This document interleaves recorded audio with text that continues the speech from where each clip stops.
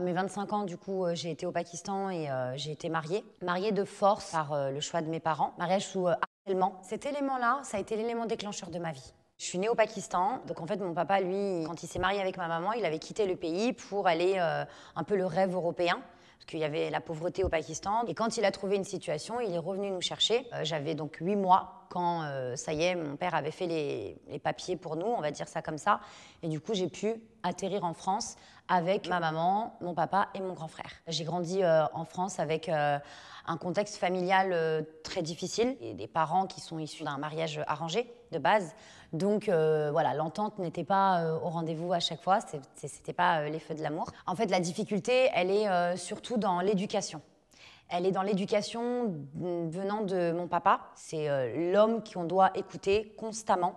Et on n'a pas le droit de faire quoi que ce soit de notre vie sans son aval. C'est quelqu'un qui a éduqué ses enfants sous la violence.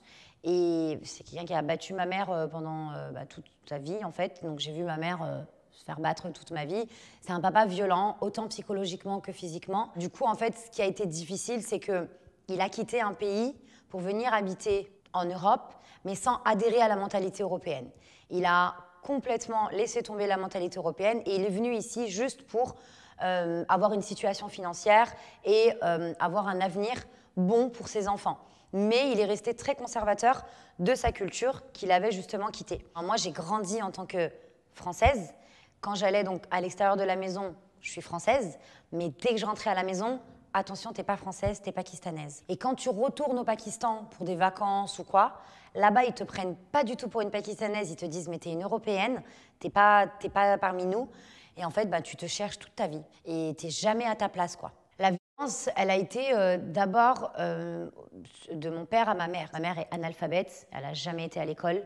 Ça a été le bonheur pour lui parce que on dit chez nous que toute femme qui s'éduque est dangereuse. Il lui a jamais laissé apprendre le français, alors que ça fait maintenant 32 ans qu'elle est en France.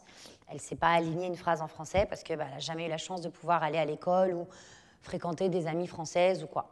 Je me suis souvent fâchée contre mon père quand je voyais qu'il agissait de la sorte, auprès de ma mère surtout. Je disais un jour je parlerai pour maman parce qu'elle n'avait pas le droit de parler. Et en fait, quand elle parlait, quand elle se rebellait pour dire ne serait-ce qu'un mot, pour lui dire « je suis pas d'accord avec toi », elle se prenait une claque, elle se prenait un coup de poing, un coup de pied. Mon père, il a épargné personne. Voilà, il est violent avec tous les gens qui essayent d'aller à l'encontre de ses décisions. Une partie de la mentalité pakistanaise dit que les enfants doivent donner un coup de main à l'entreprise familiale, voilà, suivre les traces du papa. À 14 ans, j'ai commencé à travailler avec lui dans les commerces. Et c'est l'âge de l'adolescence. Donc c'est l'âge où tu as besoin de te sentir un peu belle, où tu as ton corps qui commence à se développer. Et moi, à cet âge-là, je me suis retrouvée dans les commerces à travailler. Je sortais du collège et je devais, avec mon sac à dos, aller... donc on avait une épicerie, travailler à l'épicerie les soirs, les week-ends, et toutes les vacances scolaires. Je me suis retrouvée à charger, décharger de la marchandise, faire mes devoirs entre deux clients. Ça m'a bloqué ma vie, en fait. C'est-à-dire que je n'ai pas eu la possibilité de grandir. Je suis jamais sortie après l'école avec mes copines. Je n'ai jamais passé des week-ends avec elles. Je n'ai pas connu les soirées pyjama. Je n'ai jamais été en boîte de nuit de ma vie. Toutes ces choses qu'on peut découvrir à l'adolescence ou à l'âge adulte, tout ça, j'ai rien connu de tout ça. Je sortais quand même de l'école à 16h30. À 17h, je devais être au magasin. Si j'y étais pas, je me faisais insulter. Et j'y restais jusqu'à des minuit, 1h du matin, toute seule. Et le lendemain, je devais retourner à l'école à 8h. C'est d'ailleurs quelque chose d'énorme que je reprocherais, on va dire, à surtout mes profs d'école et de collège et de lycée. Ils ont vu une fille joyeuse, mais ils ont vu aussi une fille dormir sur les tables. Ça les a jamais alertés. Et je pense que j'aurais eu besoin de leur aide, tu vois. Ma mère et mon frère, je les voyais se faire battre physiquement et se faire aussi constamment rabaisser. Moi, j'étais trop petite encore, mais j'ai beaucoup de souvenirs. Moi, c'est venu plus tard. Les gestes que mon père a eu envers moi sous la violence, c'est des gros coups de poing, des grandes claques. J'en ai des traces encore. C'est comme on appelle ça, des grandes claques de cow-boy. C'était gratuit. Hein. Il suffisait que... Moi, j'ai jamais regardé mon père dans ses yeux. Hein. Jamais. En tout cas, moi, je fais partie de cette famille-là où si je regardais mon père dans les yeux, C'était tout de suite la claque. Donc on parlait tout le temps à mon père, les yeux baissés, comme ça. L'amour envers mon père, en fait, il a toujours été énorme. Ça a toujours été, si tu veux, le grand regret, enfin pas le regret, mais le manque à ma vie. On dit qu'une fille, quand elle vient au monde, son premier amour, c'est son père. Et j'ai jamais eu cet amour. En tout cas, il en a donné beaucoup plus aux autres qu'à ses propres enfants. Et lui, il le voit comme ça. Lui, il voit que non, moi j'ai donné tout ce qu'il fallait avec mes enfants, même si je les ai frappés, même si je les ai disputés, bah, c'était mon éducation et c'était comme ça que je voulais leur prouver mon amour parce que je veux que mes enfants soient parfaits. Je veux le bien pour mes enfants. Qui connaît mieux mes enfants que moi? Et en fait, avec le temps, je me suis rendu compte que mon père ne me connaissait pas. Mon père m'a jamais pris dans ses bras ou jamais dit ma fille, je suis fière de toi. Ça, je ne l'ai pas connu. Donc, j'ai jamais grandi avec la haine contre lui. Ça, c'est hors de question pour moi parce que dans notre culture, on a un grand respect. Enfin, on nous inculque vraiment beaucoup de respect pour nos parents. Là où moi, je me suis fait avoir, c'est que je suis tombée dans un excès où, en fait, j'ai recherché mon père de partout, mais pas chez lui. Donc, du coup, je le recherchais dans des hommes. Voilà. Quand tu rentres dans des relations, quand tu commences à grandir et tu dis, tiens, il y a un homme qui me plaît ou quoi, je me mets en couple, tu es à la recherche de ton père. Tant que tu n'es pas consciente que tu es à la recherche d'un papa, mais tu pourras enchaîner toutes les relations que tu veux, elles finiront toutes à la poubelle parce que c'est toxique. Une relation n'est pas là pour sauver tes blessures passées. Ça finit par partir ou alors ça cicatrise et puis tu n'as plus mal au bout d'un moment. Mais les cicatrices que tu as dans ton cœur, dans ton âme, c'est les plus terribles. À mon adolescence, j'ai décidé d'en finir avec la vie parce que, en fait, c'était beaucoup trop dur à supporter. Tu sais pas à qui te confier, tu sais pas où aller et tu te dis, allez, on arrête. Donc voilà, j'ai fait une première tentative sous médicaments, ça n'a pas fonctionné. Je pense qu'il y avait quelque chose qui me retenait et ça n'a pas été jusqu'au bout.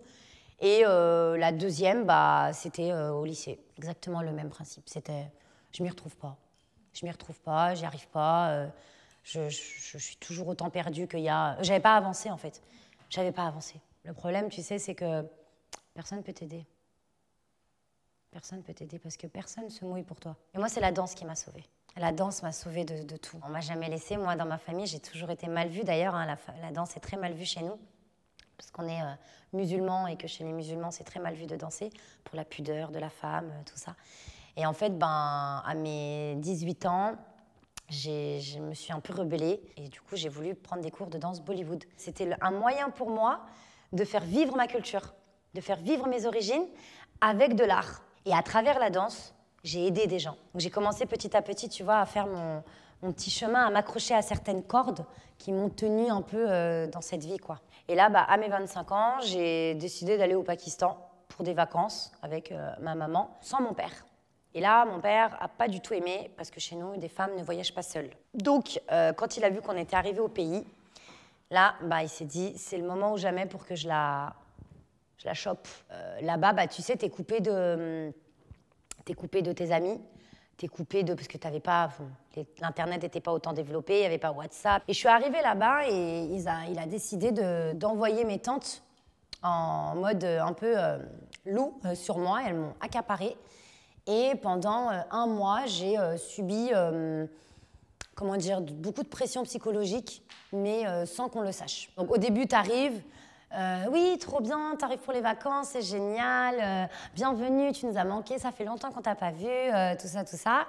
Et après, petit à petit, elle commence à te faire comprendre que, tu sais que t'es en âge de te marier, mais t'es trop belle, mais tu sais que c'est maintenant qu'il faudrait se marier, mais tu vas revenir quand la prochaine fois? Dans 5 ans? Mais non, mais ça sera trop tard pour te marier, mais c'est maintenant, là, t'es toute belle, t'es toute fraîche, c'est maintenant qu'il faut te marier. Toi, t'es là au début, tu te dis, non, moi, je suis pas venue pour le mariage, t'es pas dans ça. Et en fait, toi, petit à petit, sans t'en rendre compte, tu baisses la garde, que t'as pas tes copines autour de toi. C'est ta culture, t'es dedans, t'es complètement baigné, donc tu commences à poser des questions, tu te dis, ouais, peut-être. Ouais, peut-être, mais au début, tu en es juste là. Tu dis, oui, d'accord, pourquoi pas, ok, mais on verra, c'est pas le moment, là, je suis là pour des vacances, laissez-moi. Et en fait, c'est tous les jours. Et puis, moi, à ce moment-là, j'ai mon papa qui avait décidé de m'appeler à distance. Ma fille, mon bébé, oh là là, t'es la meilleure des enfants. Toute cette distance qu'il avait créée avec moi et qui savait que moi, j'étais en manque de ça, il me l'a donnée à ce moment-là. Et là, ils ont joué sur une corde sensible. c'est si tu ne te maries pas, bah tu vas pas honorer tes parents. Et c'est pas ce que tu veux pour tes parents, ma fille. Tu veux que tes parents soient fiers de toi. Ils te donnent, ils te donnent. Et toi, tu prends, et puis du coup, l'amour gonfle, gonfle, gonfle. Et toi, tu crois que c'est un amour sincère, tu crois que c'est hyper sincère. Donc tu te dis, bah, mais oui, mais bien sûr, pour lui, je vais le faire, tu vois. Et en fait, ben, petit à petit, ils te rendent légumes. Tu n'as plus cette capacité de discernement, honneur, fierté, lavage de cerveau, pression psychologique, manipulation, amour, hypocrisie, tout, tu sais plus où tu en es en fait. Et ils te coupent tellement de ton monde à toi, de tes copines, de ton monde de liberté qu'ils savent comment faire. Du coup, j'accepte pour rencontrer quelqu'un. Ça défile hein, les prétendants. Hein. T'en as un, t'en as deux, t'en as trois. Et puis au bout d'un moment, quand eux, il y en a un qui leur plaît à eux, ah là, ils mettent le paquet à l'inviter régulièrement, à lui faire boire le café régulièrement, à inviter sa famille, voilà, à développer vraiment une relation avec lui pour que moi, je commence à le voir de plus en plus. Et ensuite, ben, à force, tu vois lui, mais toi, dans ta tête, t'es clair, tu dis, mais oui, je veux juste rencontrer. Et en fait, t'es loin d'imaginer qu'ils sont en train de t'emmener jusqu'aux fiançailles. Là, apparemment, ils avaient trouvé quelqu'un, une bonne réputation, bonne famille, et en plus, dans la tribu. Donc en gros, soit ton cousin, soit un cousin éloigné, soit un cousin du cousin du cousin. C'est un peu un système de caste. T'as la caste des paysans, t'as la caste des propriétaires, t'as la caste des descendants des Maharajas, qui est la mienne, les Rajputs. Et on se marie pas avec entre castes. Et là, bah, c'était parfait, le gars idéal. Il faut pas le louper, ce garçon. Au bout de 2-3 jours, ça a été très très vite. Ils m'ont dit, mais arrête les fiançailles, viens, on fait le mariage direct. Ça sert à rien, tu vas pas revenir au pays pour faire une fête de mariage, tout ça. Tu vois bien qu'il est génial, ce garçon. Pourquoi t'hésites? J'avais eu le droit à 2-3 coups de fil avec lui avant le mariage et en présence de quelqu'un. Je me suis retrouvée mariée au bout de 15 jours. Il devait rester là-bas et je devais le faire venir en France pour lui faire les papiers et tout ça. Et voilà, on a vécu 9 mois à distance. Pendant les 15 jours, j'étais avec lui, où je suis restée donc physiquement avec lui.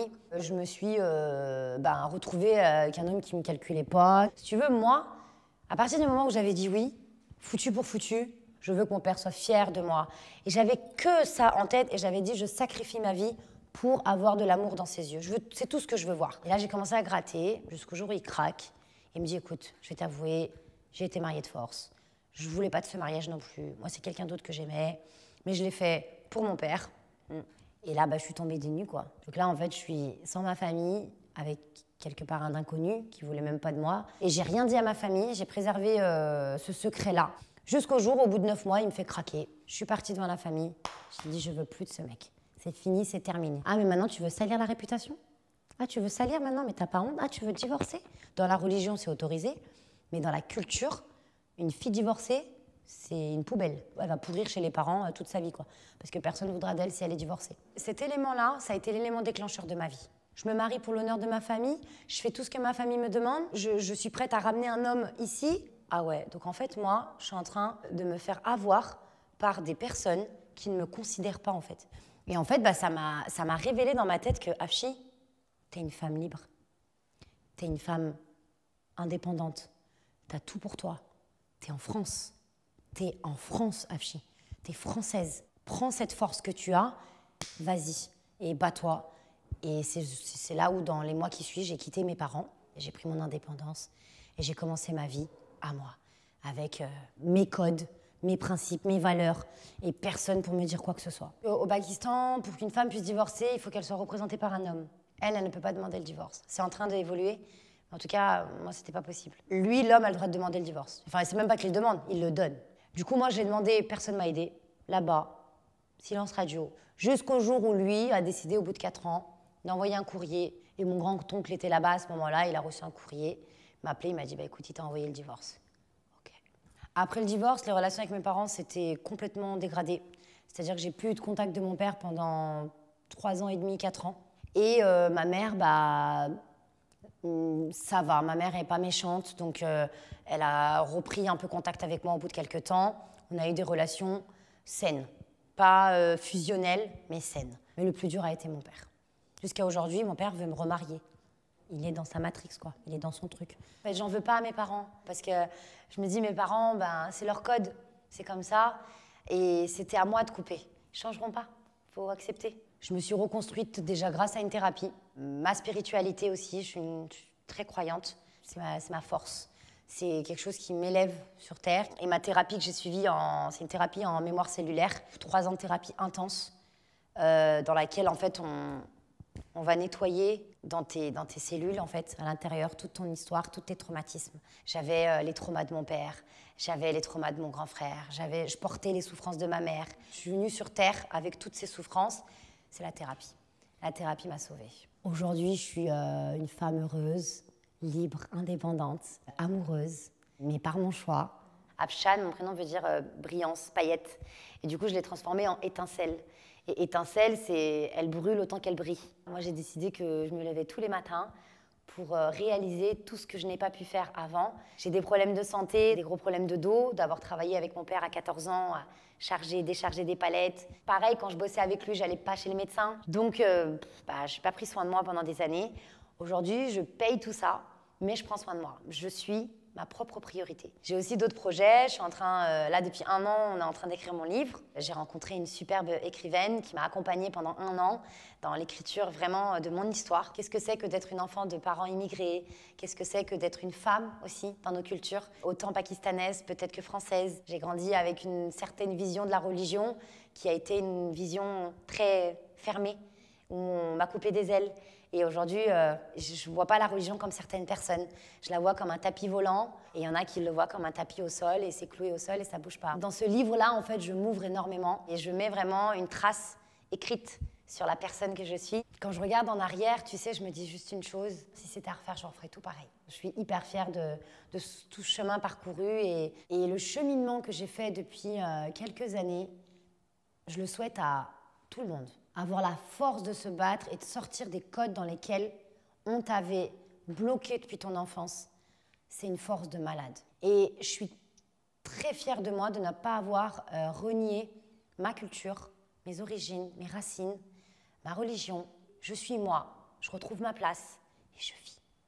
Je vis et je ne fais de mal à personne. Et je ne veux pas repartir de cette vie en ayant des regrets à cause de quelqu'un. La Afshi d'aujourd'hui, elle dirait à la Afshi petite, fonce, crois en toi, avance. La vie vaut le coup d'être vécue, vraiment. Et ça, je le dirais à toutes les personnes, tu vois, qui pensent qu'il n'y a plus d'espoir. Il y a toujours de l'espoir.